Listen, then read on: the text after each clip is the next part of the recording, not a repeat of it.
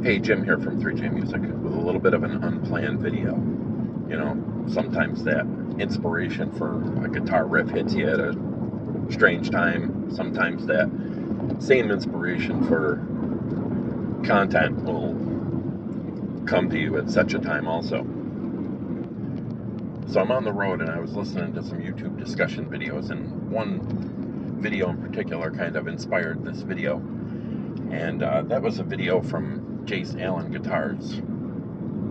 Now, to be clear, I'm a fan of Jace Allen and his channel, and I find his videos to be thoughtful and entertaining and informative, and this is in no way bashing his video. This is just another side of the argument. I can't remember what the title of it was offhand, the truth about cheap guitars or expensive guitars or something like that. I'll put the link to that video in the description of this one, because I know that video's done well for him, and you know, I'd like to see him get more views for that. Anyway,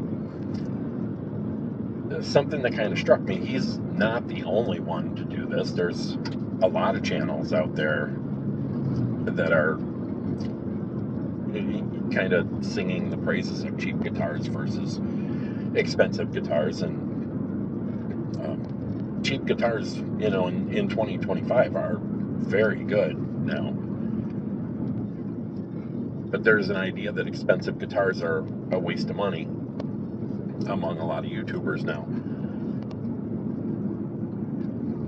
And guitar YouTube has kind of become something like a religion to a lot of people. Just in this guitar YouTube religion, there's hundreds of priests and pastors and reverends. Not that kind of reverend.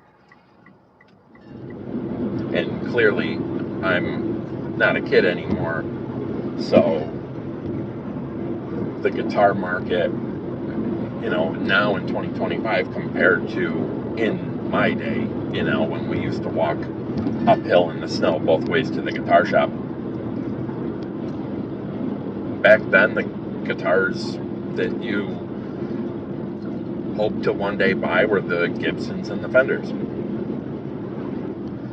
The availability and the opportunity for the amount of brands that there is now just wasn't there back then. I mean, case in point, I'm a left-handed person who's always played right-handed guitars because left-handed guitars were not so available 30 plus years ago as they are now.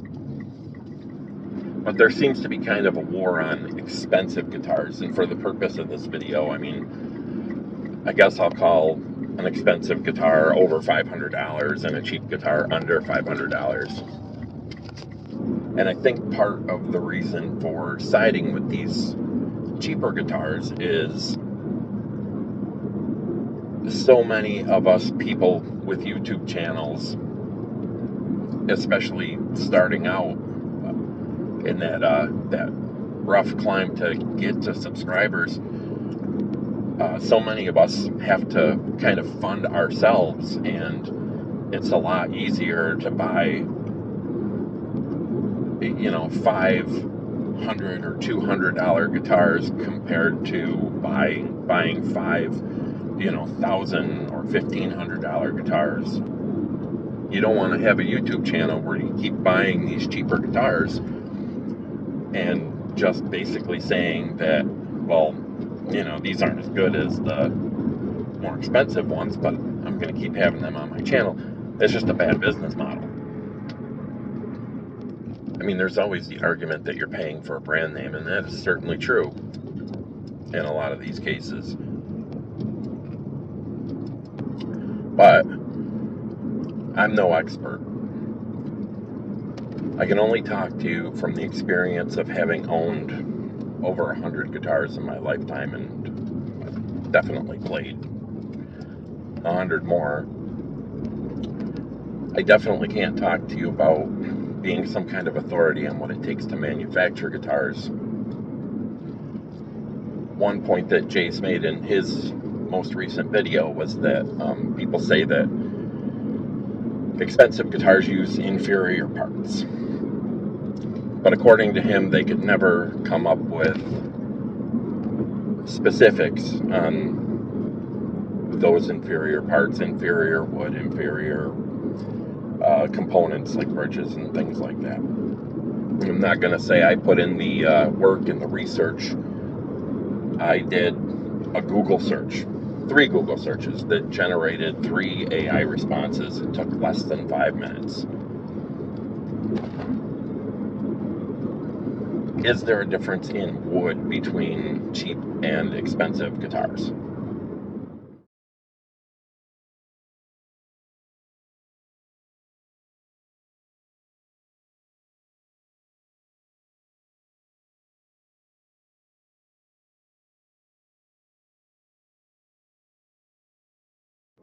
What's the difference between a cheap and expensive bridge in a guitar?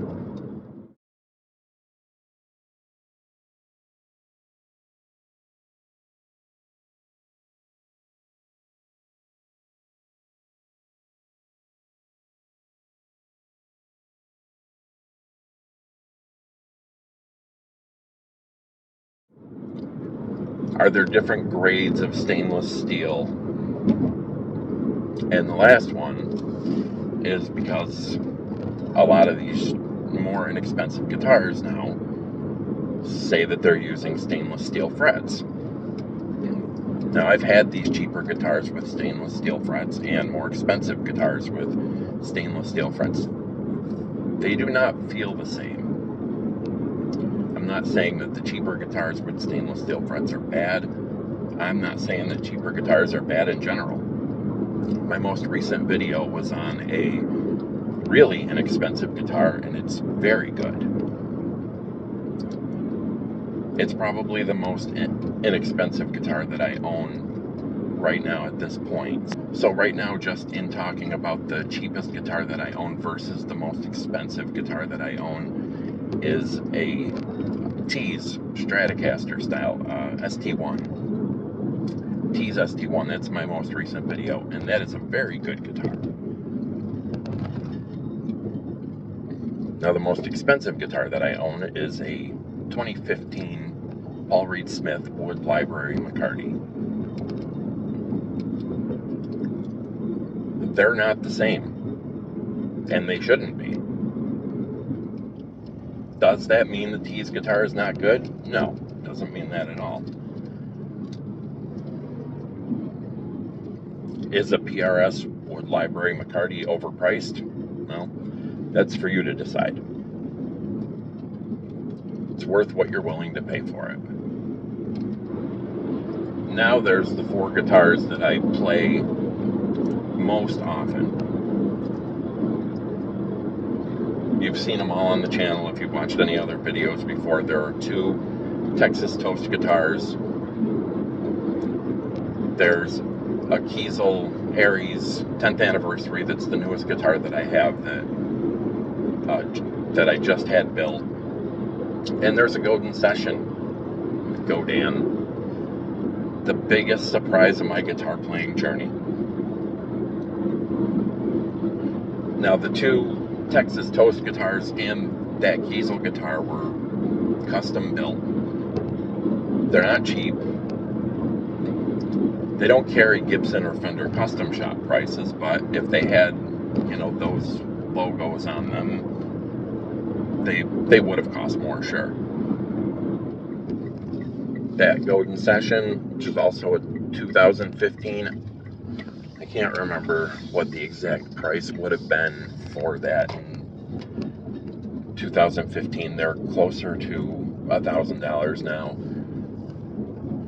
Maybe $699. So, not a cheap guitar now, and not a cheap guitar then either. But I love that guitar.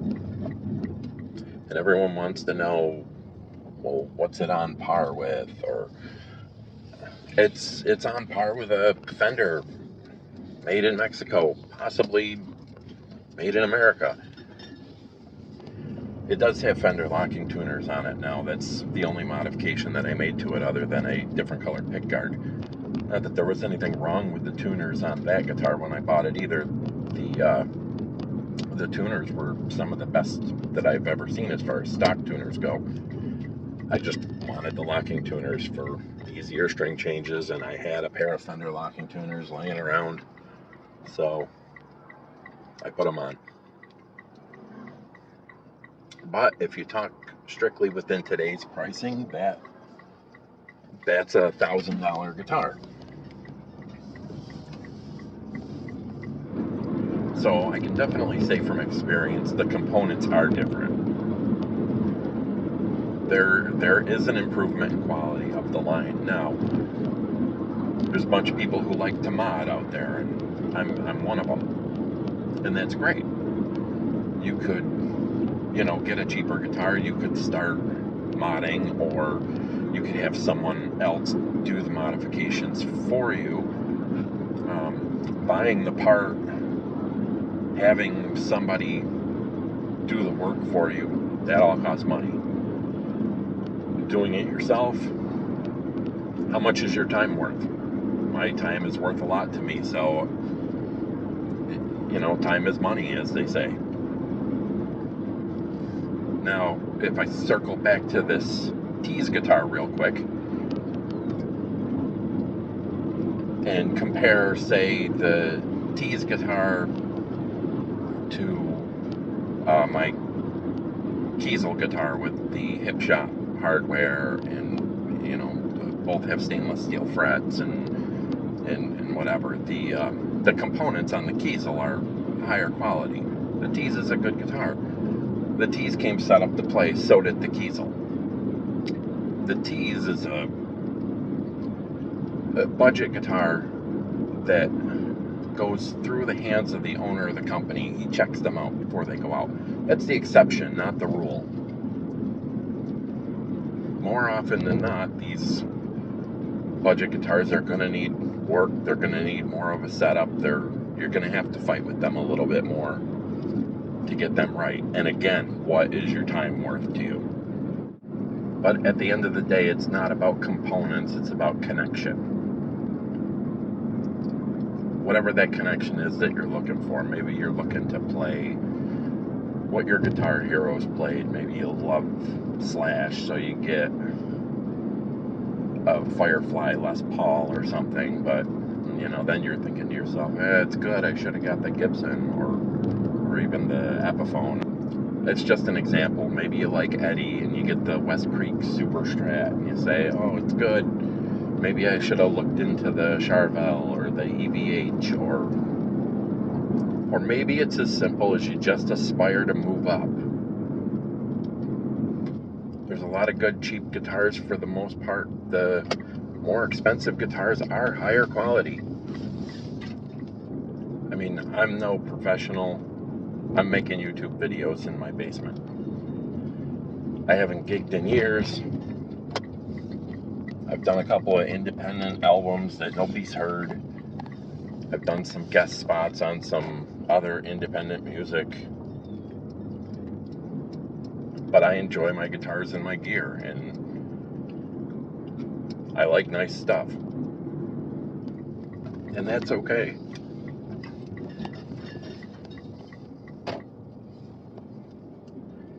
And it's also okay if you just want to play guitar to just buy an inexpensive guitar and play it. This is my hobby. It makes me happy. I don't have another hobby where I spend this much time and money on. I was actually having a discussion with a coworker who's into gaming, and we were talking about gaming and guitars, and he said that's where you get your dopamine hit. I kind of like that description of it. So I guess having nice gear, buying nice gear gives me that dopamine hit. And most of the time, the nice gear costs some money. And I've never heard anyone ask any of my friends who ride motorcycles, why are you wasting your money on that Harley Davidson when a Honda or a Kawasaki also has two wheels and a motor, and they'll get you there just the same. Sometimes it's just not the same to you. So anyway, that's my thought on the war on expensive guitars. And you know, go check out Jace Allen's channel and that YouTube video. And you know, the one thing that we definitely both agree on, and that is buy what you want, buy what makes you happy. And if it makes you happy, it's not a waste of money. So yeah, that's it. Thanks for listening to my rant, and I'll see you in the next video.